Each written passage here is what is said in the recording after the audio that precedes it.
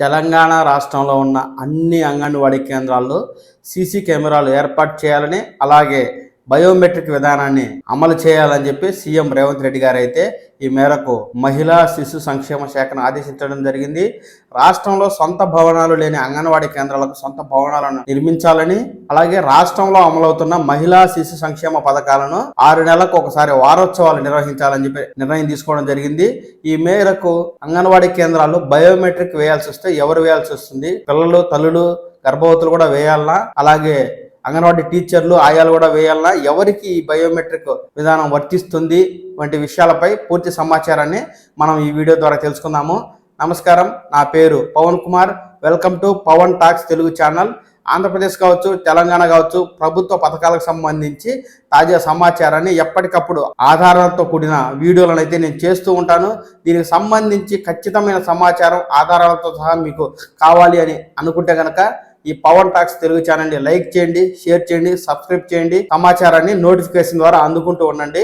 ఇక విషయంలోకి వెళ్తే, సీఎం రేవంత్ రెడ్డి గారు రాష్ట్ర సచివాలయంలో మహిళాభివృద్ధి, శిశు సంక్షేమ, వికలాంగ, వయోవృద్ధ సంక్షేమ శాఖలపై ఆయన సమీక్షించడం జరిగింది. ఈ సమీక్ష సమావేశంలో అంగన్వాడీల ద్వారా చిన్నపిల్లలకు కావచ్చు, గర్భవతులకు కావచ్చు పౌష్టికాహారాన్ని క్రమం తప్పకుండా అందించాలని, ఈ క్రమంలో అంగన్వాడీలో ఇచ్చేటువంటి ఈ పౌష్టికాహారం, గుడ్లు కావచ్చు, ఇతర గర్భిణీలకు ఇచ్చే ఆహార పదార్థాలు కావచ్చు, ఏవైనా కూడా దుర్వినియోగం అవుతున్నాయని, ఈ దుర్వినియోగాన్ని అరికట్టడం కోసం అంగన్వాడీ కేంద్రాల్లో సీసీ కెమెరాలను ఏర్పాటు చేయాలని చెప్పి సీఎం రేవంత్ రెడ్డి గారు అయితే ఆదేశించడం జరిగింది.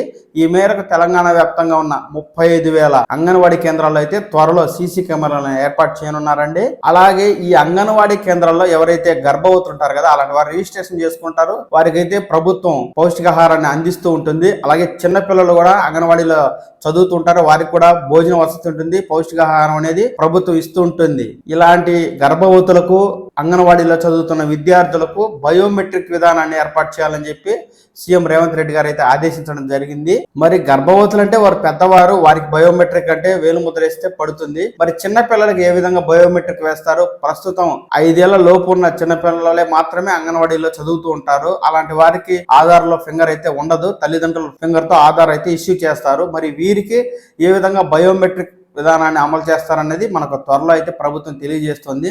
అలాగే అంగన్వాడీ టీచర్లు, ఆయా వర్కర్లు కూడా రోజువారీ వారు డ్యూటీకి హాజరైనట్టుగా వారు ఫింగర్ వేసి ఈ మేరకు బయోమెట్రిక్ చేయాల్సి ఉంటుంది. అలాగే తెలంగాణ రాష్ట్ర వ్యాప్తంగా 12,315 అంగన్వాడీ భవనాలు అయితే అద్దెకు తీసుకొని నడుపుతున్నారండి.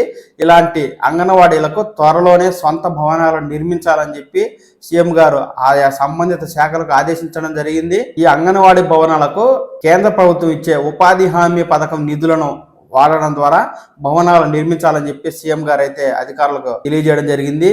రాష్ట్ర వ్యాప్తంగా అంగన్వాడీలన్నీ కూడా ఒకే విధమైన బ్రాండ్ ఉండాలని, దీనికోసం అంగన్వాడీ భవనాలకు ప్రత్యేక డిజైన్ ని రూపొందించి నిర్మించాలని చెప్పి సీఎం గారు అయితే అధికారులకు ఆదేశించడం జరిగింది. అవసరమైతే 6 ఏళ్ల లోపు చిన్నారులకు ఇకపై ప్రీ ప్రైమరీ విద్యనైతే అంగన్వాడీల్లోనే అందించాలని చెప్పి, వీటి సాధ్యాలను పరిశీలించాలని అధికారులను అయితే ఆదేశించారు.